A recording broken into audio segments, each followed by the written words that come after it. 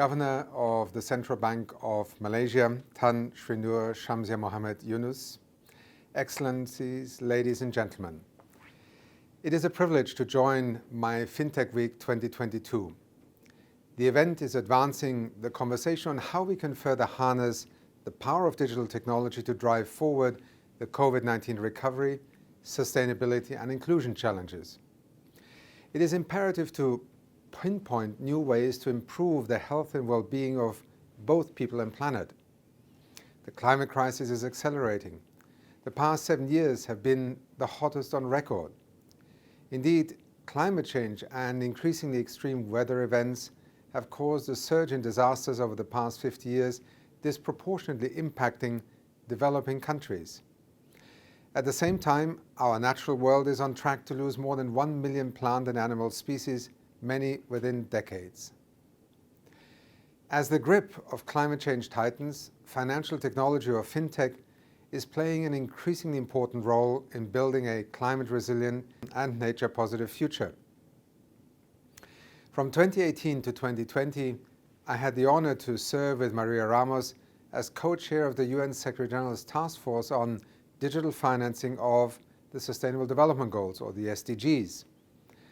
The task force explored how digital finance underpinned by fintech can put more of the $380 trillion in assets managed by the global financial system ultimately at the service of people and planet.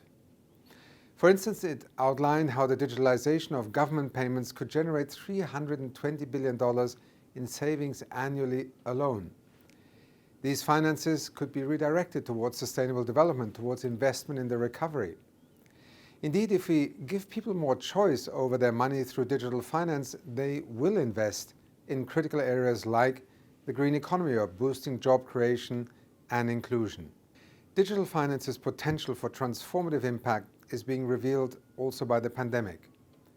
Crowdfunding platforms are mobilizing funds for medical supplies and emergency relief, or look to digital transfers that enable governments to get rapid support to people in need, efforts that are supported by the United Nations in countries across the globe right now. Yet, COVID-19 is also widening and deepening the digital divide within and between countries, exacerbating inequalities and further excluding those who are unconnected. There is also a clear digital gender divide. Ensuring that everyone has affordable access to broadband internet will therefore be crucial to realizing the full potential of these new technologies and platforms. And for digitalization to be a true force for delivering on the Sustainable Development Goals, technological advances must combine with sound policy that empowers citizens while enabling our financial system to maximize impact investment. To this end, the United Nations Development Programme and the UN Capital Development Fund have designed a joint offer on digital financing. It is meant to help governments to design new digital financing strategies, creating an enabling environment that will propel small, medium-scale enterprise growth and steer the development of a more SDG-oriented fintech sector, just to mention one example. We have also launched several Pathfinder initiatives. In Bangladesh, for example, we are supporting the creation of a digital finance platform that leverages citizens' micro-savings to finance green infrastructure projects, everything from sanitation schemes to healthcare facilities. We're also advancing a dialogue on global digital finance governance to ensure that the future governance of the digital finance platforms and space is aligned with the 2030 agenda. Complementing these efforts, UNDP's SDG Impact initiative is making the business case for investors to align their finances with the Sustainable Development Goals. Through this support, we have assisted Uzbekistan and the New Development Bank in China to issue SDG bonds in 2021, both valued in the $800 million range. Or look to our Biodiversity Finance initiative.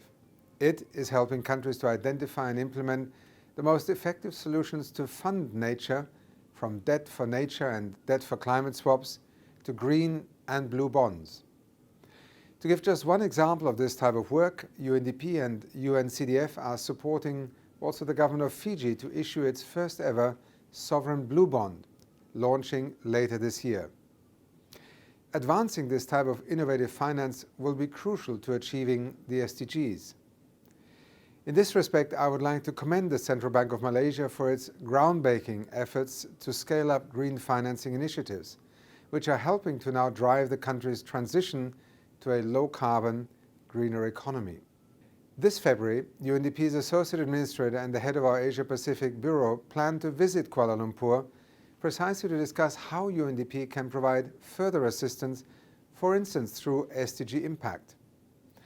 It will build upon existing efforts by UNDP to work with key policy frameworks in Malaysia that are advancing sustainability.